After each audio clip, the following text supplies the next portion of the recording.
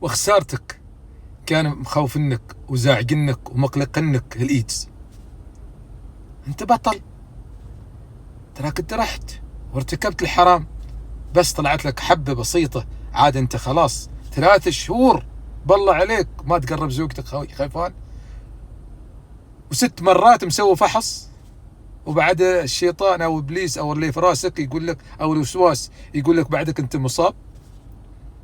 أنت بطل يا أخي، وغيرك بطل بعد أيضا اللي يسوي هذا الفعله. لكن هذا الوسواس ترى تأكد 100% رسالة من رب العالمين لكم، لبعض من الناس. سعلوا تبى تسعلوا، خافوا تبى تخافوا، قولوا سالم الخروص يقلقنا، لكن هذه الحقيقة. الحقيقة أن الحالات بتزيد